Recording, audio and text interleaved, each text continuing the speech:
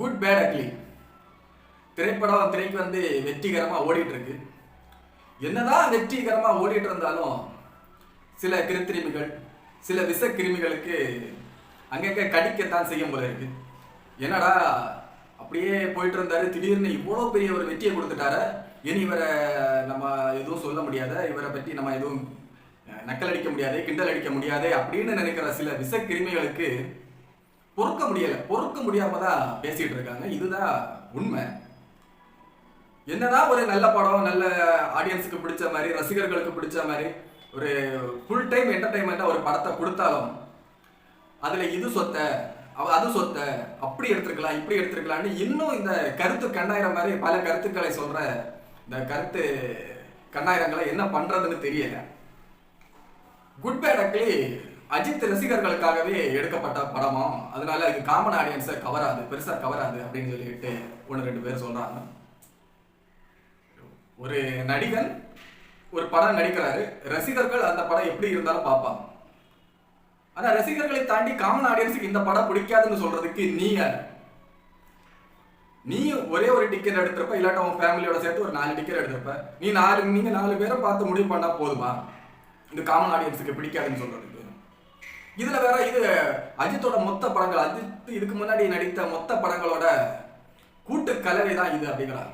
எல்லா படத்துல கொஞ்சம் கொஞ்சம் சின்ன சின்ன பிட்டை எடுத்து போட்டு மிக்ஸ் பண்ணி கொடுத்துருக்காங்க. பெருசா சொல்ற மாதிரி ஒன்றும் இல்லை, அஜித்தோட ஒரு மேஷாப் வீடியோ பார்த்த மாதிரி இருக்கு அப்படின்னு சில கிருத்திரிமிகள் சொல்றாங்க. உங்களுக்கு எப்படி எடுத்தாலும் பிடிக்காது அது, ஏன்னா நீங்க ஒரு தனிப்பட்ட ரகம், தனி ரகம். உங்களுக்கு பிடித்த நடிகர்கள் நடிக்கிற படங்கள் மட்டும்தான் உங்களுக்கு பிடிக்கும். இந்த கடிவாளம் கட்டின குதிரை மாதிரி அந்த படம் எவ்வளவு மொக்கையா இருந்தாலும் ஆஹா ஓகோன்னு முட்டு கொடுப்பீங்க. அஜித் ஒரு என்டர்டைன்மெண்டா ஜாலியா ஒரு என்ன சொல்றது 2.5 மணி நேரம் தியேட்டர்ல போய் இருக்கிறீங்களா, 2.5 மணி நேரம் ஹாப்பியா இருந்துட்டு வாங்கன்னு சொல்லிட்டு ஒரு படம் போய் கொடுத்தா அதுலயே 1000 நொட்டை சொல்றீங்களே, உங்களை எல்லாம் என்ன சொல்றது? படத்துல ஏகப்பட்ட லாஜிக் மிஸ்டேக். 2.5 மணி நேரம் உங்களுக்கு என்ஜாய்மெண்டா இருந்ததா அதை பாருங்க.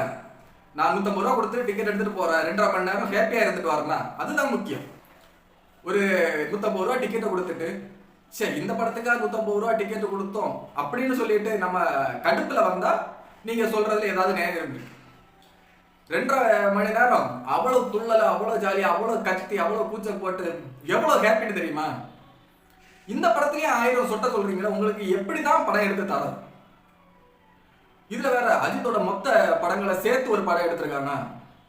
அஜித்தோட ரெஃபரன்ஸ் நிறைய இருக்கு, ஏதோ 1-2 வந்தா பரவாயில்ல, இது படம் மொத்தமே அஜித்தோட ரெஃபரன்ஸ் தான் அப்படிங்கிறீங்க.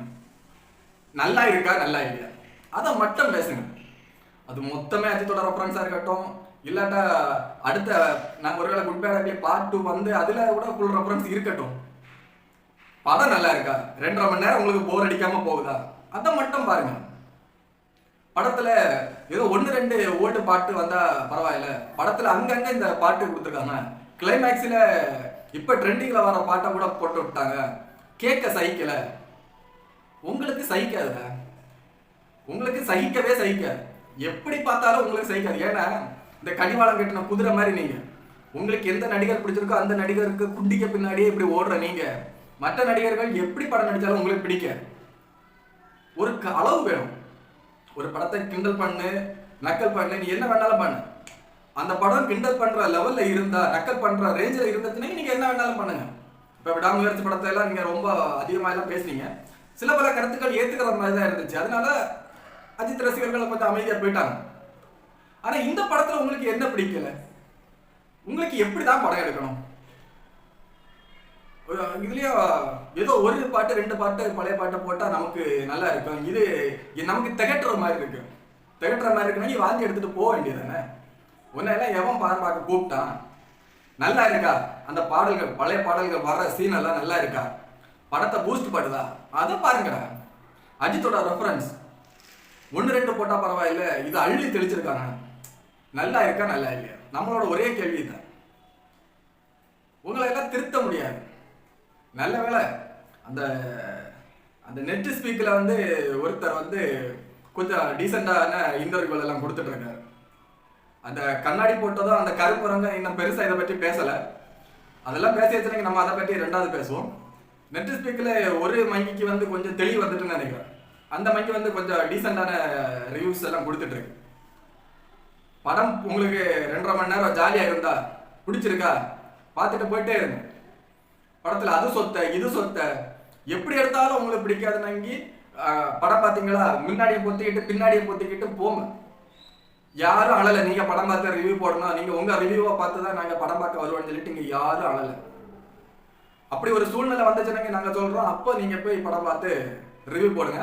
கூடிய சீக்கிரம் ஜனநாயகம் வருது இல்ல, அதுக்கு நீங்க எவ்வளவு முட்டு கொடுக்குறீங்க, எப்படி முட்டு இப்படி கொடுப்பீங்க, அந்த எவ்வளவு முட்டு கொடுக்குறீங்கன்னு பார்க்கத்தான் இருக்கு. ஒரு அஜித் படம் இருந்தாச்சுன்னு உங்களுக்கு அவ்வளவு நக்கல் மயிரா போயிடுச்சு. பாப்பா இந்த ஜனநாயகம் படத்துக்கு நீங்க எந்த அளவு முட்டு கொடுக்குறீங்க.